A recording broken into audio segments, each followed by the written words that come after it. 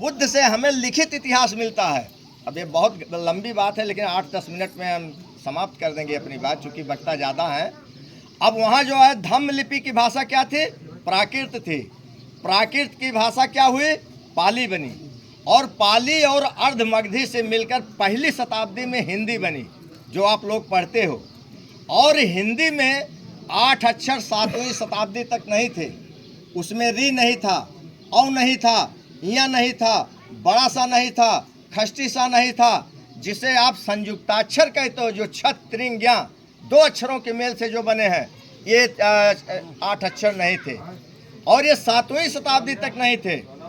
कोई भी लिपि तब भाषा का रूप लेती है जब उसके साथ व्याकरण जुड़ता है, और जब तक व्याकरण नहीं जुड़ेगा तब तक वो लिपि जो है भाषा का रूप नहीं ले सकती है।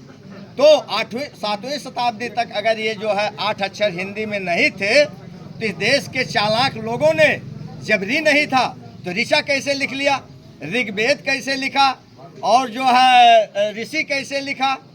और हिंदी में आप जो है समझो कि हिंदी जो है ये देवनागरी लिपि, यह जो है 900 वर्ष बाद जो है भाषा का रूप लिया।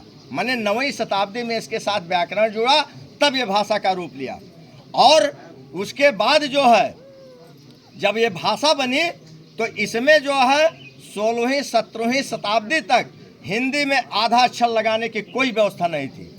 चाहे आप कबीर जो अपने हाथ से 300 दोहे लिखे हैं उसको पढ़ लीजिए, चाहे आप जो है सूरदास को पढ़ लीजिए, 6-7 में हम लोगों को पढ़ाया गया, तो और उसके बाद रविदास को पढ़ लीजिए, रहीम को पढ़ लीजिए।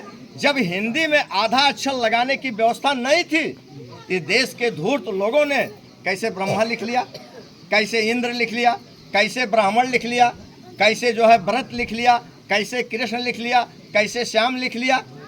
जब हिंदी में 16वीं 17वीं शताब्दी तक जो है आधा अक्षर लगाने की व्यवस्था ही नहीं थी, तो कैसे इन शब्दों का जो है ये शब्द कहाँ से आए?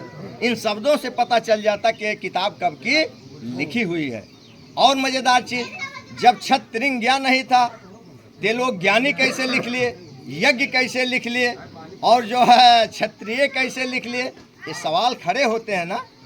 हम तो इतनी मोटी मोटी किताबें पढ़ते हैं, उसके बाद तब समाज में अपनी बात रखते हैं। सबका हमारे पास जो है डॉक्यूमेंट्स है।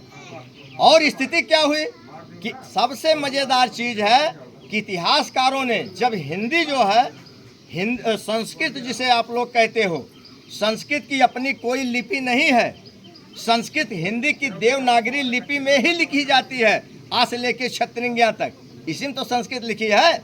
और इससे क्लियर हो गया कि हिंदी के बाद की संस्कृत है, जिसमें ब्रह्मा विष्णु महेश शंकर राम भगवान सब लिखे गए हैं, अपने आप ओपन हो गई।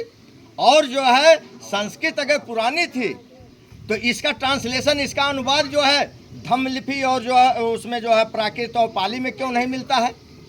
ये सवाल खड़े होते हैं। इतिहासकार बेवकूफ़ नहीं जो इतनी मोटी मोटी किताब लिखते हैं। और सबसे मज़ेदार बात यह है कि संस्कृत जो लिखी गई, जिससे हम लोगों को गुमराह किया गया, दुनिया के किसी भी लिपि में संस्कृत लिखना संभव नहीं है। कारण उसका इतिहासकारों ने दिया है कि हिंदी की देवनागरी लिपि में 3 चीज़ें महत्वपूर्ण हैं। हलंत, विसर्ग, बिंदी लगाने की व्यवस्था जो है केवल हिंदी की देवनागरी लिपि में है। और संस्कृत के हर श्लोक में, हर लाइन में आपको हलंत, विसर्ग, बिंदी जो है मिल जाएगी। इतिहासकारों ने सिद्ध कर दिया कि दुनिया की किसी लिपि में संस्कृत लिखना संभव नहीं है। अंग्रेजी में देखो कहीं बिंदी लगती है, उर्दू में कहीं